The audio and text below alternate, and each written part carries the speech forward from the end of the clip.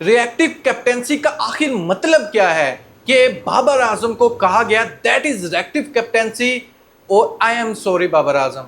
यानी इसका reactive captaincy का मतलब सुनेंगे तो पहले से सॉरी उसने कह दिया, बाबर आजम को उसने झटके दिए हैं। मैं आप लोगों के सामने बताता हूं कि इसका मतलब क्या होता है रिएक्टिव कैप्टेंसी का। पहले आसान लफ्जों में समझाना चाहूंगा प्रोएक्टिव कैप्टन के हवाले से, जो गलती होने से पहले प्लानिंग करता है, बैटर के खेलने से पहले फील्डर वहां खड़ा कर देता है जहां पर बॉल जाने वाली होती है। लेकिन रिएक्टिव कैप्टेंसी वो होती है जो नुकसान होने का इंतजार करता है कप्तान।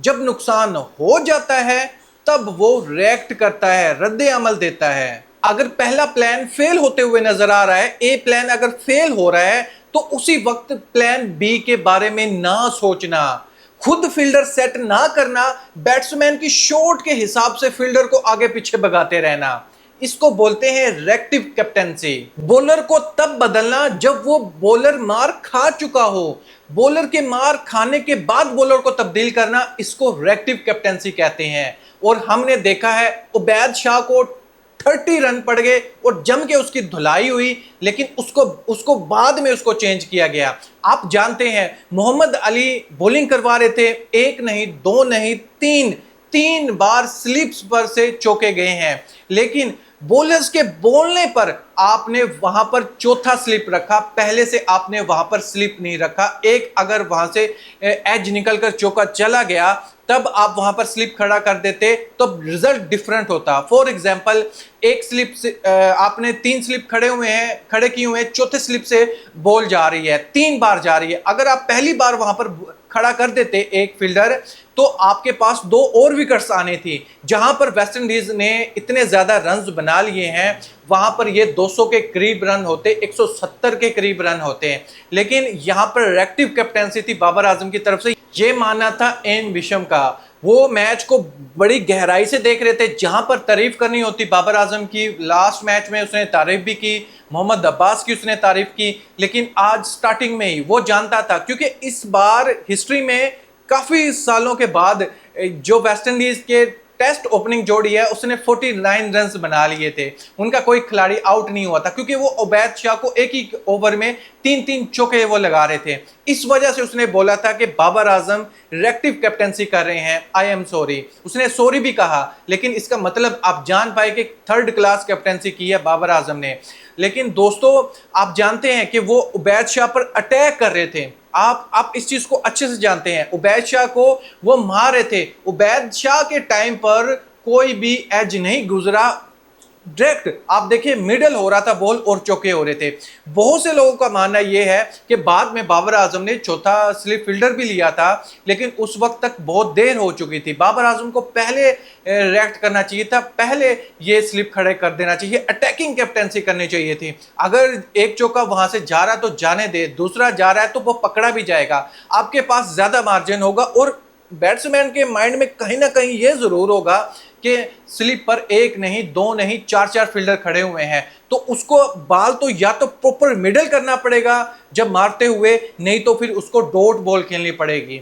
अगर वो प्रॉपर मिडल करेगा तब ही वो चौका या बाउंड्री कुछ भी वो लगा सकता है। अगर मिडल नहीं होती, थोड़ा सा भी आगे पीछे होता है तो एज होगा और वो कैच स्लिपर हो जाएगा। तो ये बाबर आजम की तरफ से हमने स्टार्टिंग में देखा, पता नहीं क्या गम था, क्या था कि किस वजह से बाबर आजम ने ऐसा किया कि चलो 1 बार नहीं 2 बार नहीं 3 बार ऐसा हो जाए और फिर बाद में पछताना, तो ये पछताने का क्या फायदा। बाबर आजम को ए प्लान की जगह पर बाबर आजम को बी प्लान उसी वक्त रेडी कर लेना चाहिए कि ये मेरा प्लान फेल हो रहा तो मैं इसकी तरफ जाऊं। और बाबर आजम ने प्रेस कॉन्फ्रेंस में मोहम्मद अब्बास को ड्रॉप करने के पीछे जो रीजन बताया, उससे बाबर आजम पर और ज्यादा तनकीद हो रही है। अगर सिर्फ बाबर आजम का ये फैसला तो फिर बाबर आजम को ऐसा बोलना चाहिए था। अगर ये सिलेक्शन कमेटी का फैसला था, जैसे मिसबा वहां पर मौजूद है, सरफराज अहमद वहां पर मौजूद है, तो फिर बाबर आजम को ये स्टेटमेंट नहीं देना चाहिए था कि हमने कंडीशन को देखते हुए ये फैसला किया है मोहम्मद अब्बास के हवाले से। ऐसी प्लेयर, आप जानते हैं मैंने पहले भी कहा है कि प्लेयर कंडीशन की वजह से बड़ा प्लेयर नहीं बनता। प्लेयर कंडीशन को देखकर बड़ा प्लेयर बनता है, कंडीशन की उसको फिक्र नहीं होती, वो कंडीशन के हिसाब से बॉलिंग करवाता है। क्या मोहम्मद अब्बास के पास इतना एक्सपीरियंस नहीं था कि वो ऐसी कंडीशन में बॉलिंग नहीं करवा सकता? रिजल्ट क्या निकला आप लोगों के पास? उबैद शाह को आपने शामिल किया, उबैद शाह ने ऐसा क्या उखाड़ा है? अगर यही 9 ओवर में उबैद शाह ने 56 रन खाए हैं तो मोहम्मद अब्बास ने सिर्फ और सिर्फ 20 रन खाने थे। उसकी हिस्ट्री में इकोनॉमी ये कहती है। तो बाबर आजम ने जो वेदर का नाम लिया, कंडीशन का नाम लिया, ये सारे फैसले गलत साबित हुए। बाबर आजम को क्लैरिफाई करना चाहिए मीडिया पर आकर कि सिर्फ ये मेरा फैसला नहीं था, इसमें टीम का फैसला था, कोचेस का फैसला था। आप कैसे इस चीज को डिस्क्राइब कर सकते हैं कि वेस्ट इंडीज जिनकी अपनी होम कंडीशन है, वो अपने पिच के बारे में अच्छे से रीड कर पा रहे हैं कि उनका एक प्लेयर स्पिनर खेल रहा है, लेकिन आपने दो स्पिनर ऐड किए हुए हैं। पार्ट टाइम स्पिनर ऑलरेडी आपके पास मौजूद है, सलमान अली आगा।